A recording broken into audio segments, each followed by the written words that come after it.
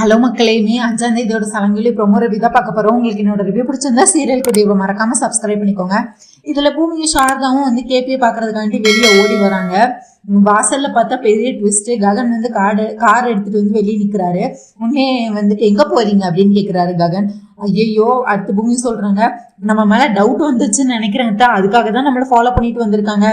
இப்ப என்னத்த சொல்றது, இருங்க நீங்க எதுவும் பேசாதீங்க, நானே சமாளிச்சுக்கிறேன் அப்படின்னு சொல்றாங்க. உடனே இதுக்கு அடுத்து உங்ககிட்ட தான் கேட்கிறேன் எங்க போறீங்க அப்படின்னு சொல்லிட்டு ககன் திரும்பியும் கேட்கிறாரு. உண்மை பூமி சொல்றாங்க, அத்தை வந்து ஃப்ரூட்ஸ் வாங்குறதுக்காண்டி இங்க லெஃப்ட் சைட் போறாங்க, நான் வந்து காய்கறி வாங்குறதுக்காண்டி ரைட் சைட்ல போறேன். ஏன் உங்களுக்கு என்ன மாமா பிரச்சனை, நீங்க போயிட்டு வாங்க ஆஃபீஸ்க்கு, உங்களுக்கு டைம் ஆகுது இல்லை அப்படின்னு சொல்றாங்க. உடனே ககன் சொல்றாரு, எனக்கு இன்னைக்கு ஆஃபீஸ்ல பெருசா வேலை ஒன்றும் இல்லை, எந்த மீட்டிங்கும் இல்லை, நானே உங்க 2 பேரையும் ட்ராப் பண்றேன், முதல்ல போய் நம்ம ஃப்ரூட்ஸ் வாங்கிக்கலாம், அப்புறம் போய் நம்ம காய்கறி வாங்கிக்கலாம் வாங்க அப்படின்னு சொல்றாங்க. உடனே சாரதா மூஞ்சியில வந்து ரொம்ப பயம் தெரியுது. ஐயோ கேபி வராங்க, வெயிட் பண்ணிட்டு இருக்காரு, நம்ம வேற போகணுமே அப்படின்னு சொல்லிட்டு அவங்க வேற பயந்துட்டு இருக்கிறாங்க. உடனே பூமி சொல்றாங்க, அத்தை நம்ம மேல டவுட் வந்துருச்சு, நம்ம கார்ல போகலாம், அதுக்கடுத்து பாத்துக்கலாம்னு சொல்லிட்டு கார்ல ஏறுறாங்க 2 பேரும். சாரதாவும் பூமியும் வந்து கார்ல ஏறுறாங்க. ஏறினோடனே இவங்க 2 பேரும் பின் சீட்ல இருக்கிறாங்க. ககன் வந்து இவங்களோட மூஞ்ச இவங்க என்னென்ன பண்றாங்க எல்லாத்தையுமே பார்த்துக்கிட்டே இருக்காரு, நோட்டீஸ் பண்ணிக்கிட்டே இருக்கிறாரு. அப்புறம் பார்த்தா பூமி வந்துட்டு இங்க சாரதாக்கு வந்து பயம் அள்ள விடுது, மூஞ்சிலே நல்லா தெரியுது. அவனே அதுக்கு அடுத்து பயந்துட்டே இருக்கிறாங்க. அங்க வேற கேட்டு வெயிட் பண்ணிட்டு இருக்காரு. இவன் வேற இப்போ கார்ல ஏத்திட்டேன், இப்ப என்ன பூமி பண்றதுன்னு சொல்லிட்டு பூமி கிட்ட பேசிட்டு இருக்கிறாங்க. அதை ஃபுல்லா கண்ணாடி வழியா ககன் பாக்குறாரு. அத்தை நம்ம மேல ஆல்ரெடி டவுட் வந்துருச்சு, நீங்க வேற இப்ப முழுசா மாட்டி விடாதீங்க, நீங்க மூஞ்சில முதல்ல பயத்தை காட்டாதீங்க அப்படின்னு சொல்லிட்டு பூமி வேற இவங்களை இது பண்ணிட்டு இருக்காங்க சாரதாவை. உடனே இவங்களும் கேட்குறாங்க. இவருக்கு அதுக்கு அடுத்து கேபி பார்த்தா இந்த நேரம் பார்க்க பூமிக்கு கால் பண்றாரு. உடனே பூமி அதை கட் பண்ணி விடுறாங்க. உடனே அதுக்கு அடுத்து இவர் ஒரு வேளை சிக்னல் சரியில்லையோ அப்படின்னு சொல்லிட்டு ககன் முதலே பார்த்துட்டாரு. உடனே அவர் எதுவும் கேட்கல. முதல்ல அடுத்து 2வது வாட்டி கால் பண்றாரு. அப்பையும் வந்து பூமி கட் பண்றாங்க. யாருன்னு கேட்குறாங்க. சாரதா வந்து யாருன்னு கேட்குறாங்க. மாமா தான் அத்தை அப்படின்னு சொல்றாங்க. இங்க ககன் வேற இருக்காரு, இப்ப எப்படி போன் எடுத்து பேச முடியும்னு சொல்லிட்டு அவங்க கட் பண்ணி விடுறாங்க. உடனே 2வது வாட்டி கட் பண்ணோன்னா ககனுக்கு வந்து டவுட் வருது. நீ உனக்கு யாரு கால் பண்றா, நீ எதுக்கு கட் பண்ற, எடுத்து பேச வேண்டியதானே அப்படின்னு சொல்றாங்க. உடனே அது ஒண்ணும் இல்ல மாமா, அன்னைக்கு மால் போயிருந்தோம்ல, அங்க இருந்து இதை வாங்குங்க அதை வாங்குங்கன்னு சொல்லிட்டு கால் பண்ணி டார்ச்சர் பண்ணிட்டு இருக்கிறாங்க, அது ஒன்றும் அவ்வளவு பெரிய கால்லாம் இல்லை, நீங்க விடுங்க மாமா நான் பாத்துக்கிறேன் அப்படின்னு சொல்லி இவங்க சமாளிக்கிறாங்க. ஏய் புழுகுனி, நீ வாயை திறந்தாலே போய் தான் சொல்லுவேன், நான் என் அம்மா கிட்டே கேட்கறேன் அப்படின்னு சொல்லிட்டு அம்மா நீங்க சொல்லுங்க அப்படின்னு சொல்லிட்டு சாரதா கிட்ட கேட்கிறாரு. உடனே சாரதா சொல்றாங்க, ஏண்டா உனக்கு பூமி சொன்னா நம்ப மாட்டியா, நான் சொன்னாதான் நம்புவியா, அதான் சொல்றேன்ல, அதை கூட உன்னால நம்ப முடியாது அப்படின்னு சொல்லிட்டு கோவப்படுறாங்க. அம்மா நான் இப்ப என்ன கேட்டுட்டேன்னு இப்ப நீங்க இவ்வளவு கோவப்படுறீங்க அப்படின்னு சொல்லிட்டு ககன் பேசுறாரு. உடனே அதுக்கு அடுத்து சொல்றாரு, அடுத்த வாட்டி உனக்கு அந்த ஷாப்பிங் மால்ல இருந்து கால் வந்துச்சுன்னா நீ என் கிட்ட கூட, நான் பேசிக்கிறேன் நான் அவங்க கிட்ட அப்படின்னு சொல்லிட்டு கேட்கிறாரு. எந்த மால் அப்படின்னு கேட்கறாங்க. வீட்டு பக்கத்துல இருக்கவங்களா, அவங்க இதுக்கு உங்களுக்கு இந்த நேரத்துல கால் பண்ணிட்டு இருக்கிறாங்க, திரும்பி திரும்பி இதுக்கு கால் பண்றாங்க அப்படின்னு சொல்லிட்டு ககன் வந்து அந்த காலை வந்து நோண்டிக்கிட்டே இருக்கிறாரு. இங்க பார்த்தா ககன் வந்து இப்போ டிரைவ் பண்ணிட்டே இருக்கிறாரு. ஆனா இவங்களோட மூஞ்சில இருக்கிற எக்ஸ்பிரஷன் 2 பேரும் பயந்து சாகுறாங்க, பூமியும் சாரதாவும். உடனே கேபி வந்து 3வது ஒரு வாட்டி கால் பண்ணிடுறாரு. உடனே கால் பண்ணோடனே இவர் வந்து ககன் வந்து கொடு போன அப்படின்னு கேட்கிறாரு. உடனே இருக்கட்டும் மாமா நானே பேசுகிறேன்னு சொல்லிட்டு இவங்க கட் பண்ணல வச்சுக்கிட்டே இருக்கிறாங்க.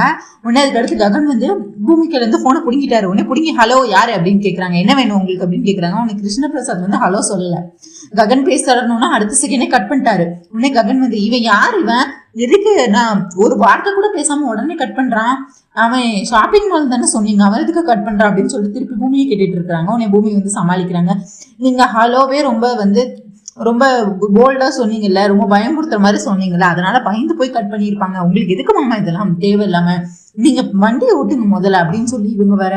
ககன் வந்து சொல்றாரு, உங்க மொழியே சரியில்லை, நீங்க ஏதோ பொய் சொல்றீங்க அப்படின்னு சொல்லிட்டு இருக்காரு. எங்க ஃப்ரூட்ஸ் கடைக்கு தானே போகணும்னு சொல்லிட்டு இவங்கள 2 பேருக்கு ஃப்ரூட் கடைக்கு முதல்ல கூப்பிட்டு போயிட்டு இருக்கிறாங்க பழங்கள்லாம் வாங்குறதுக்கு. இங்க கேபி பார்த்தோன்னா ககன் வயசு கேட்டோன்னா அவர் ரொம்ப பயந்து போயிடுறாரு. அப்ப ககனுக்கு நான் உயிரோடு இருக்கிற உண்மைகள்லாம் தெரிஞ்சு போச்சா, அதனாலதான் இப்போ என்னை கண்டுபிடிக்கிறதுக்காண்டி இப்ப இவங்க கூட இவனும் வரானா, ஐயோ என்ன நடந்துச்சுன்னு இப்ப எனக்கு தெரியலையே, அங்க என்ன நடந்திருக்கும், ககன் ஒருவேளை நாங்க பேசுறதை ஒட்டு கேட்டுட்டு அதை தெரிஞ்சுக்கிறதுக்காண்டி இப்ப அவங்க கூட ககனும் வரானா, இல்ல ககன் கையில எப்படி போன் போச்சு, ஒருவேளை பூமி மாட்டிக்கிட்டாளா, அப்ப நான் உயிரோட இருக்கிற உண்மை ககனுக்கு தெரிஞ்சிருச்சா, ஐயோ என்ன நடந்துச்சுன்னு சொல்லிட்டு இவர் பாத்தீங்க பல யோசனைகளை மண்டையில கொண்டு பயந்துகிட்டு இருக்காரு கேபி. இந்த நேரத்துல பார்த்தா இங்க அபூர்வா வீட்டுல வந்து சரச்சந்திரா அவர் பாட்டு பேப்பர் படிச்சுட்டு இருக்கிறாரு.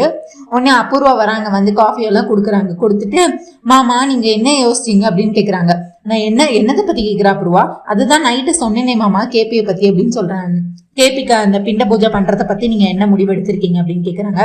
அது ஒரு பொதும் நடக்காது. நான் போய் அந்த பூமி கிட்ட கெஞ்சணும்னு நீ நினைக்கிறியா பூர்வா? நான் அவளே என் பொண்ணு இல்ல, நான் தலை மூழ்கிட்டேன். அவகிட்ட போய் நான் இப்ப உதவி கேட்கணுமா? அப்படி ஒண்ணும் பண்ணணும்னு தேவையில்லை அபூர்வா அப்படின்னு சொல்லி சண்டை போடுறாங்க. ஐயோ மாமா, நீங்க அவங்க உடனே திரும்ப அபூர்வம் இவங்களை எமோஷனலா அடிக்கிறாங்க. அதாவது நம்ம தானே கேபிய கொலை பண்ணோம், அப்போ நம்ம அவரோட ஆத்மா சாந்தி அடையணும்னா அது நம்ம தான் மாமா இறங்கி போகணும், நம்ம ஆல்ரெடி ஒரு பெரிய தப்பு பண்ணியிருக்கோம் அப்படின்னு சொல்றாங்க. உடனே சரச்சந்திராக்கு நான் உன் உயிரை காப்பாற்ற போய் தான் அவனை கொல்ல வேண்டியது ஆயிடுச்சு அப்படின்னு சொல்றாங்க. அதை தான் மாமா நானும் சொல்றேன், நீங்க என்ன காப்பாத்துறீங்கன்னா உங்களை காப்பாத்துறதுக்காண்டி தான் இப்படி பண்றேன். உடனே சோபச்சந்திரா விழுக்கிறாங்க. சோபச்சந்திரா அக்காக்கும் இப்படிதான் நீங்க பண்ணியிருப்பீங்களா அப்படின்னு சொல்றாங்க. உடனே சரச்சந்திரா இப்ப எதுக்கு நீ சம்மந்தமே இல்லாம கேபி கதையில எதுக்கு சோபச்சந்திரா இங்க இருந்து வந்தா அப்படின்னு கேக்குறாங்க. நீங்க நல்லா யோசிச்சு பாருங்க, இது நம்ம வீட்டுல 2வது இழப்பு. முதல்ல சோபச்சந்திரா அக்கா இறந்தாங்க, இப்ப கேபி இறந்துட்டாங்க, அதுவும் நம்ம கையாலே இறந்துருக்காங்க. உங்க சொந்த தங்கச்சிக்கே நீங்க துரோகம் பண்றீங்களா மாமா அப்படின்னு சொல்றாங்க. அதாவது மீராக்கே நீங்க துரோகம் பண்றீங்களா அப்படி இப்படின்னு சொல்லி எமோஷனலா பேசுறாங்க. ஆனாலும் சரச்சந்திரா கன்வின்ஸ் ஆகவே இல்லை. உடனே நீங்க நீங்க ஒன்றும் இல்லை, பூமி கிட்ட போய் நான் கேட்கணுமா அப்படின்னு சொல்லி திருப்பி சரச்சந்திரா கேட்கிறாரு. உடனே சொல்றாங்க, பூமி கிட்ட நம்ம ஒண்ணு இதை நீங்க உதவியா கேட்க வேண்டாம், பூமிக்கு தான் உங்க மேல கோவம் இருக்கு, உங்களுக்கு தான் பூமி மேல கோவம் இருக்கு, ஆனா பூமிக்கு உங்க மேல எப்பவும் கோவம் இல்ல, அவ எப்பவும் உங்க மேல ரொம்ப அப்பா அப்பான்னு ரொம்ப பாசமா இருக்கா. நீங்க ஒரு வாட்டி கேட்டாலே போதும், கண்டிப்பா அவங்க ககன் கிட்ட பேசி பிண்ட பூஜை அவ கண்டிப்பா பண்ணி கொடுப்பா. நீங்க வேணா பூமி கிட்ட சொல்லுங்க, நீ இந்த பிண்ட பூஜை எனக்காக பண்ணனா நான் உன்னை என் பொண்ணன் மனப்பூர்வமா ஏத்துக்கிறேன்னு மட்டும் சொல்லுங்க, அப்படியே வேணாலும் நான் ககனையும் மாப்பிள்ளைய ஏத்துக்கிறேன்னு சொல்லுங்க அப்படின்னு சொல்லுவேன்னா சரச்சந்திராக்கு கோவம் வருது. இது அந்த ககனை நான் மாப்பிள்ளைய ஏத்துக்கணுமா, என்ன பேசுறா பூர்வா நீனு அப்படின்னு சொல்றாங்க. உடனே சரி வேண்டாமாம்மா, நீங்க பூமியை மட்டும் நான் உன்னை மன்னிச்சிடுறேன், உன்னை ஏத்துக்கிறேன்னு மட்டும் சொல்லுங்க, வேற எதுவும் சொல்ல தேவையில்லை. பூமியை பத்தி எனக்கு நல்லா தெரியும், அவ சோபச்சந்திரா அக்காவோட பொண்ணு, அவளை உங்ககிட்ட இருந்து பிரிச்ச பாவம் வேண்டாம், அவ ஏதோ அவ வாழ்க்கையை தேடி போயிட்டா அப்படி இப்படின்னு சொல்லிட்டு பூமிக்கு சப்போர்ட் பண்ற மாதிரி பேசிட்டு இருக்கிறாங்க. ஏன்னா பூமி கிட்ட போய் நீங்க பேசலாமாமா அப்படின்னு சொல்றாங்க. உடனே சோபாச்சந்திர கதை அந்த கதை இந்த கதைன்னு இழுத்து கடைசியா இவர் சரச்சந்திரா ஒத்துக்கிட்டாரு. சரி நான் பூமி கிட்ட போயிட்டு பேசுறேன் அப்படின்னு சொல்லிடுறாரு. இந்த நேரம் பார்த்து இவங்க வாசல்ல வராங்க. மருதாணியில மாப்பிள்ளை என்ன சொல்லியிருப்பாங்க அப்படின்னு சொல்லிட்டு வெயிட் பண்ணிட்டு இருக்கிறாங்க. அபூர்வா கிட்ட வந்தோடனே கேக்குறாங்க, மாப்பிள்ளை என்னமா சொன்னாரு அப்படின்னு கேக்குறாங்க மருதாணியில. உடனே அது எப்படி நான் நினைச்சு நடக்காம போகுமா, அதுதான் நான் ஒத்துக்க வச்சுட்டேன்ல, ஒரே கல்லுல இப்ப 3 மங்க அடிக்க போறேன் அப்படின்னு சொல்றாங்க. இப்போ ஒண்ணு கேபி உயிரோட இருக்கிற உண்மை தெரிஞ்சிச்சுன்னா இன்னும் பூமியை வெறுத்து ஒதுக்கிடுவாங்க சரச்சந்திரா. அப்புறம் இப்பவும் இந்த குடும்பத்துக்கு துரோகம் பண்ணிருக்கேன்னு சொல்லிட்டு இன்னுமே கேபி மேல கோவம் தான் வரும், பூமி மேல இன்னும் கோவம் தான் வரும். ஒருவேளை பிண்ட பூஜையை நடத்துறதுக்காக இங்க வந்தானா அவளை வந்த இடத்துல நான் அவளை கொல்லுவேன் அப்படின்னு சொல்லி இவங்க ஆல்ரெடி 3 திட்டத்தை போட்டு வச்சிருக்காங்க மண்டைக்குள்ள. அபூர்வா ஒண்ணு இவங்களை பூமியை கொல்லணும், இல்ல கேபியை கொல்லணும், இல்ல கேபி உயிரோட இருக்கிறத இவங்க முன்னாடி எல்லாம் நிரூபிச்சு அதுக்கடுத்து ஒருவேளை கேபி உயிரோட இருக்கிறத இவங்க மறைச்சாங்கன்னா கேபியும் கொல்லணும் அவன் வந்தானா அப்படின்னு சொல்லிட்டு மனசுக்குள்ள பல திட்டத்தை போட்டுட்டு இருக்கிறாங்க. உடனே அதுக்கடுத்து நீ கில்லாடி நீ ஜில்லிமா அப்படின்னு சொல்லிட்டு இவங்க புகழ்ந்து தள்ளுறாங்க மருதாணியில அபூர்வாவை. உடனே ஐயோ சித்தி என்ன எதுக்கு நீங்க இவ்வளவு புகழ்றீங்கன்னு சொல்லிட்டு இருக்காரு. இங்க பார்த்தா இவர் கோயில்ல வெயிட் பண்ணிட்டு இருக்கிறாரு. கேபி கோயில்ல வெயிட் பண்ணிட்டு இருக்கிறாரு. இப்ப அன்எக்ஸ்பெக்டடா பார்த்தா மீரா கோயிலுக்கு வராங்க. அவங்க மனசே சரியில்லை அப்படின்னு சொல்லிட்டு கோயிலுக்கு வராங்க.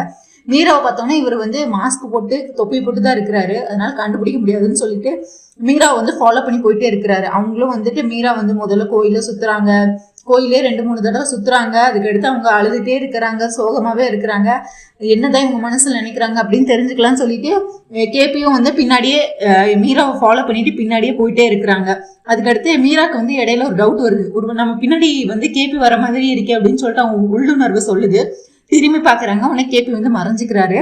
உடனே அதுக்கடுத்து திரும்ப கோயில் அந்த பூசாரி கிட்ட போயிட்டு கேக்குறாங்க, பண்டிதர் கிட்ட போயிட்டு கேக்குறாங்க, சாமி என்னோட புருஷன் இறந்து போயிட்டாரு, நான் ரொம்ப அவரை காதலிச்சு அவர் இறந்து போயிட்டாரு, இப்போ அவரோட ஆத்மா சாந்தி அடையணுங்கிறன்னா பிண்ட பூஜை பண்ணணும், அதை சரி என்னோட இளைய பையன் கையால பண்ண முடியாது, அவருக்கு முதல் மனைவி இருக்கு, அவங்க கையால தான் பண்ணணும்னு சொல்றாங்க, அவன் இந்த ஜென்மத்துல பண்ணவே மாட்டான், அப்போ அவருக்கு சாந்தியே கிடைக்காதா அப்படின்னு சொல்லிட்டு இந்த மாதிரி கேக்குறாங்க. நீங்க எதுக்கும் கவலைப்படாதீங்கம்மா, நான் முதல்ல போய் பூஜை பண்ணிட்டு வரேன்னு சொல்லிட்டு இவங்க கிட்ட அந்த தாம்பூலத்தை வாங்கிட்டு ஐயர் முதல்ல பூஜை பண்ணிட்டு வராங்க. அதுக்கடுத்து அம்மா நீங்க எவ்வளவு பிரேமா, நீங்க உங்களுக்கு உங்க கணவரை எவ்வளவு காதலிக்கிறீங்கன்னு எனக்கு இதுல இருந்தே தெரியுது, ஆனா அது மூத்த பையன் அம்மா பண்ணணும் அப்படின்னு சொல்றாங்க. உடனே மீரா திரும்ப சாமி கிட்ட கேக்குறாங்க, நீங்க அவர் உயிரை எடுக்கிறதுக்கு முன்னாடி ஏன் உயிரை எடுத்திருக்கலாம்ல, எனக்கு எதுக்கு இவ்வளவு பெரிய தண்டனை நீங்க கொடுத்தீங்க கடவுளே அப்படின்னு சொல்லிட்டே கேக்குறாங்க. இது எல்லாத்தையும் பார்த்தா பின்னாடி தூணுக்கு பின்னாடி இருந்து கேபி எல்லாத்தையும் கேட்டுட்டு இருக்கிறாரு. அவருக்கு அழுக வருது. அதாவது மீராக்கு நம்ம எவ்வளவு பெரிய துரோகம் பண்ணிட்டு இருக்கோம், மீராவை நம்ம எப்படி ஏமாத்திட்டு இருக்கிறோம், மீராக்கு நம்ம மேல எவ்வளவு அன்பு இருக்கு அப்படின்னு சொல்லிட்டு அவர் இப்பதான் புரிஞ்சுக்கிறாரு மீராவை. உடனே அதுக்கடுத்து மீரா வந்துட்டு இப்ப நான் என்ன பண்ணுவேன், சாமியார் பண்டிதர் இப்படி சொல்லிட்டாங்க, இப்ப ககன் கையாலையும் நடக்காது, இதுக்கு நீ என் உயிரை நீ முதல்ல எடுத்துருக்கலாமே கடவுளை அப்படின்னு சொல்லிட்டு இவங்க ஒரு பக்கம் வந்து கடவுள்கிட்ட முறையிட்டு இருக்கிறாங்க. பின்னாடி வந்து கேபி இருக்கிறாரு. ஆனா திரும்பி பாக்குறாங்க, ஏதோ இருக்கிற மாதிரியே இருக்குன்னு. அப்படிதான் பண்டிதர் கேட்கிறாரு, என்னமா திரும்பி பாக்குறீங்க அப்படின்னா, இல்ல என்னைய சுத்தி என்னோட கணவர் இருக்கிற மாதிரியே தோணுது அப்படின்னு சொல்றாங்க. அது ஒண்ணும் இல்லம்மா, நீங்க ரொம்ப அளவுக்கு மீறிய காதல் உங்களுக்கு இருக்கு, அதனாலதான் அவர் இறந்த பின்னமுமே உங்களை சுத்தி சுத்தி வர மாதிரி உங்களுக்கு தோணுதுமா, இதுதான் அன்பின் வெளிப்பாடு அப்படி இப்படின்னு சொல்றாரு. உடனே அதுக்கு அடுத்து இவங்களும் திரும்ப அழுதுட்டே இருக்கிறாங்க. மீரா வந்து கோயில்ல எனக்கு ஏன் கடவுளை இவ்வளவு பெரிய கஷ்டத்தை கொடுத்து அப்படின்னு சொல்லி அழுதுட்டு இருக்கிறாங்க. இதை பார்த்தோம்னா கிருஷ்ண பிரசாத்துக்கு வந்து இன்னும் ரொம்ப மனசே கேட்கல. அதாவது அவங்க தாலியில் குங்குமமும் வைக்கல, ஆனா கேபி உயிரோட தான் இருக்காங்க அப்படின்னு சொல்லிட்டு அவங்களுக்கு தெரியும். அவங்களுக்கு தெரிய வைக்கவும் முடியாது மீராக்கு அப்படின்னு சொல்லிட்டு இவரை வந்து பின்னாடியே கடவுள்கிட்ட வந்து கண்ணை மூடி மீரா வேண்டிட்டு இருக்கிறாங்க. பின்னாடியே பார்த்தா கிருஷ்ண பிரசாத்தும் வேண்டுறாரு. அந்த மாதிரி நீங்க தயவு செஞ்சு என்ன மன்னிச்சிருங்க கடவுளை, நான் பண்றது பெரிய பெரிய பாவம், என்ன மன்னிச்சிருங்க, மீரா என் மேல எவ்வளவு அன்பு வச்சிருக்கானு, அவகிட்ட இப்படி பொய்யா இருக்கிறது எவ்வளவு பெரிய தப்புன்னு எனக்கு தெரியும் அப்படின்னு சொல்லிட்டு அவரும் வந்து மீராக்கு பின்னாடி இருந்து அவரும் கடவுள்கிட்ட வேண்டுறாரு. அதுக்கடுத்து அவர் மனசு கேட்காம என்ன பண்றாரு, குங்குமத்தை எடுத்து இவங்களோட நெத்தியில வச்சிடுறாரு. அதாவது வகுடுல வச்சிடுறாரு, தலையில வச்சிடுறாரு. வச்சுட்டு இப்போ டக்குன்னு ஓடிடுறாரு. இவங்க வந்து கடவுள்கிட்ட கண்ணை மூடி வேண்டிட்டே இருக்கிறாங்க. யாரோ வந்த மாதிரி இருந்துச்சு அப்படின்னு சொல்லிட்டு கண்ணை திறக்கிறாங்க. அதுக்குள்ள இப்போ வந்து குடுகுடுன்னு ஓடிடுறாரு. உடனே அதுக்கடுத்து இவங்க சாமி கும்பிட்டு இவங்க போயிடுறாங்க. இங்க பார்த்தா இவர் காரை ஓட்டிக்கிட்டே வராரு. ககன் ஓட்டிக்கிட்டே வந்துகிட்டு இருக்காரு. இவங்க என்ன பண்ணனே தெரியல. ஐயோ பூமி நேரம் ஆகுதே, பூமி என்ன பண்றது அப்படின்னு சொல்லிட்டு சாரதா ஒரு பக்கம் பயந்துட்டு இருக்கிறாங்க.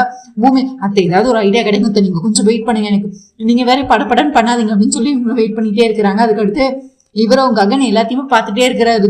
இந்த உருத்துல இருந்து எல்லாத்தையும் பார்த்து கண்ணாடி வழியா எல்லாத்தையுமே கண்ணாடி வழியா பார்த்துட்டே இருக்காரு.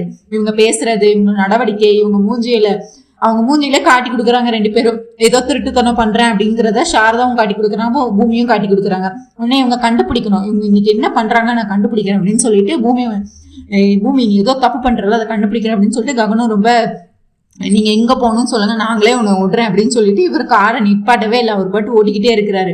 அதுக்கடுத்த தூரத்துல ஒருத்தர் ஐஸ்கிரீம் வண்டியில வந்து வித்துட்டு இருக்கிறான். உடனே இவங்க வந்துட்டு பூமி வந்துட்டு ஏன் அத்தை இப்ப எதுக்கு உங்களுக்கு ஐஸ்கிரீம், இது மழை காலம், இப்ப போய் நீங்க ஐஸ்கிரீம் சாப்பிட்டா சளி பிடிக்கும், அதெல்லாம் ஒன்றும் வேண்டாம் அப்படின்னு சொல்றாங்க.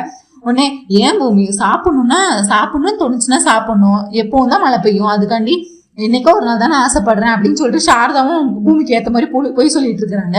உடனே ககன் என்னம்மா உங்களுக்கு ஐஸ்கிரீம் வேணுமா அப்படின்னு கேட்குறாங்க.